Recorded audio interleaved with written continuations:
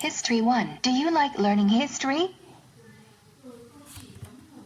No, actually, history is not my cup of tea. I find it really monotonous and it has a great deal of knowledge which I had to learn by heart. And you can guess remembering is not my forte. 2. What historical event do you find most interesting? I think it should be Vietnamese Independence Day, which happened on the 2nd of September 1945. This day marked a milestone in our national history that Vietnam has become a nation of freedom, liberty, and happiness. 3. Do you think history is important? Yes, obviously, history is really crucial in our life. It forms a cultural identity and gives the unique experiences of a nation. Learning about history is also a best way to increase patriotism and learn a lot of valuable lessons from the past. Do you have a field trip to museums to learn history? Yes, I remember a couple of years ago, my teacher took me and my class went to Ho Chi Minh Museum, which is really famous in my neighborhood, and I think I learned a lot from this trip, and it helped me broaden my knowledge about Ho Chi Minh Trail. Do you learn much history at school? Well, let me think. Well, not much really. I think there is one lesson a week, and because we just focus on other core subjects like math, biology, chemistry, and so on.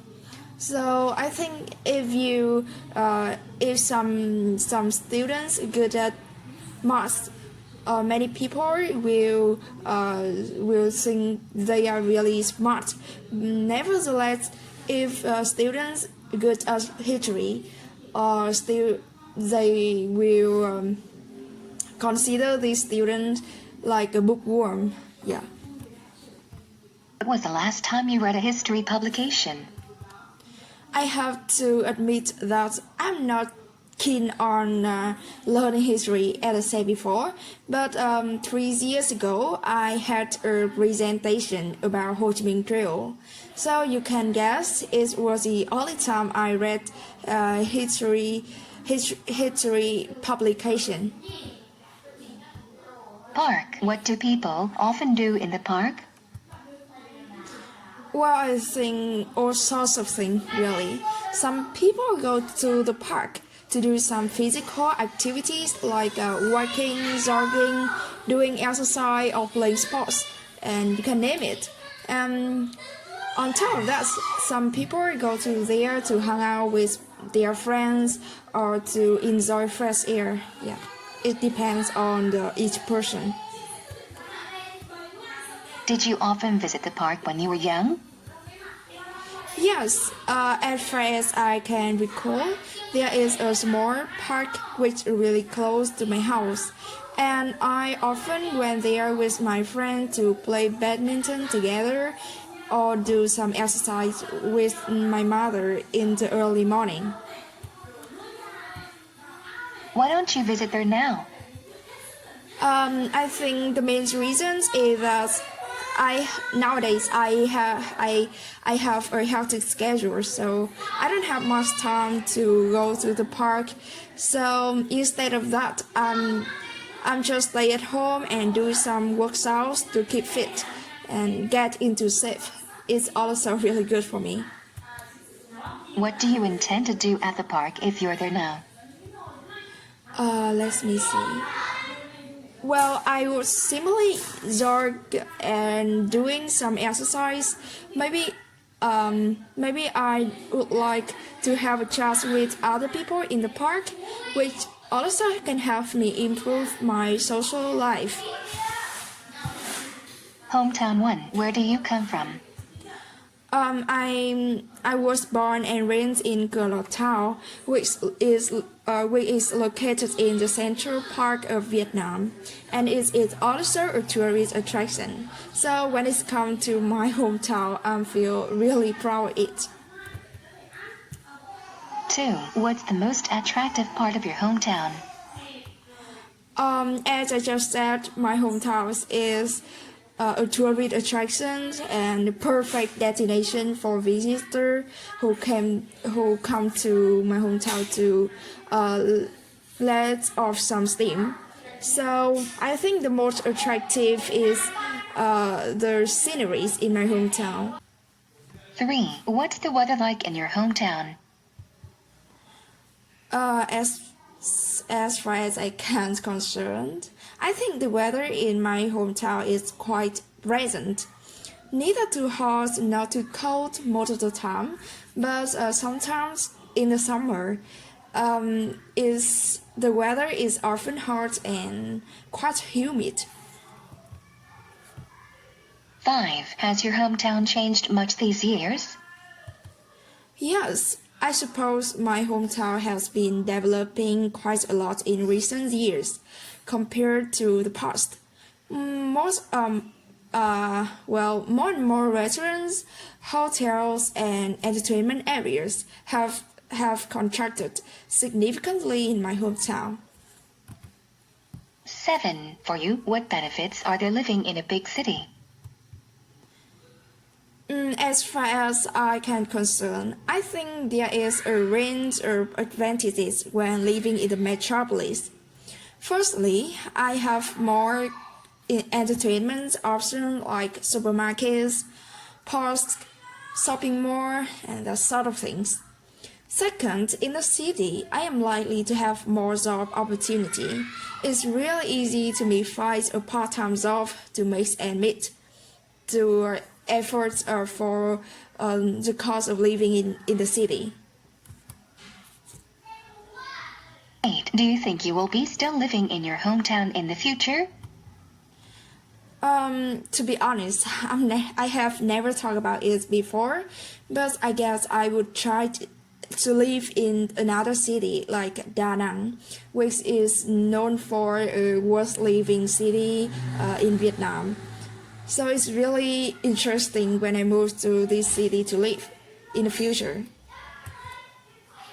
13. Describe an achievement when you put great effort to gain. You should say what it was, why you set this goal, whether it was difficult to achieve this goal, and explain how you felt about achieving this goal. Alright. To begin with, I would have to say that there have been many moments in my life when I got achievements. One of the achievements that comes to my mind is when I took part in a competition for excellent students in my school. So it was about a couple of years ago. I remember it vividly because it is one of the most memorable memories in my life.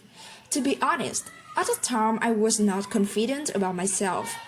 However, my teachers and my friends advised me take part in this exam, and you can probably guess I got off the nerve to enroll in it, and the subject I chose was biology, due to the fact that it was my favorite subject. So after the exam, just only four students having highest score would be participate in the next exam in the big city. And it was considered as a big challenge to me because I'm not confident about myself, as I said before. So to prepare for this contest, I had to study really hard and burn midnight oil to study. And at the time, I have to acknowledge that it was a nerve-wracking time for me. But I always believe myself that I still remember that every morning when I wake up, I often tell to myself that I can do it yet because I get that if I tell that I can have more motivation to achieve my goal. Finally, I was chosen to engage this exam with highest score, with flying colors. Yeah. The minute I knew this result, I feel like over the moon and immediately called to my parents and teacher to tell them about my success. They also congratulated me on my achievement. This competition gave me a sense of satisfaction, and finally I know that hard work was pays off.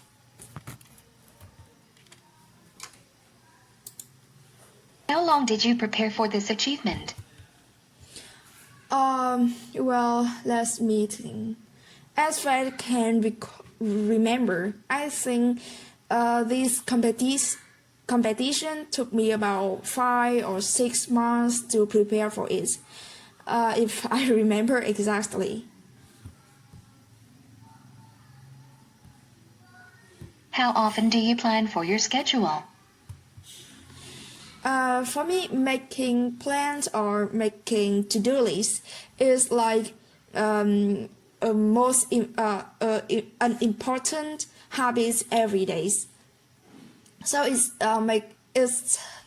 helped me a lot to achieve my goal easier, and I think it is a good habit for me, and I will maintain it in my life. Part 3. Is failure a necessary thing for a person's success? Yes. I'm not sure about my answer. Maybe it's yes or no. To answer this, failure is the mother of success.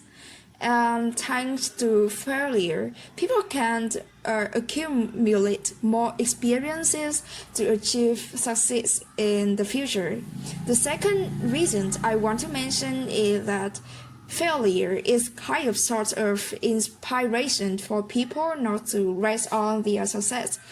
And on the other hand, to answer no, failure can deprive people of confidence and determination to keep moving forward. So that is my answer. Is a career plan necessary or under high pressure when studying at high school? Yes, absolutely. From my point of view, I assume that a career plan is immensely essential for students. This can be explained that a long-term plan will help them achieve more goals straightforwardly and have a bright future. They can know what is truly suitable for them, and they can know what is their passion in the future. So I think career plans is really, really important. Should parents help their children set up a career plan? Yes, I think.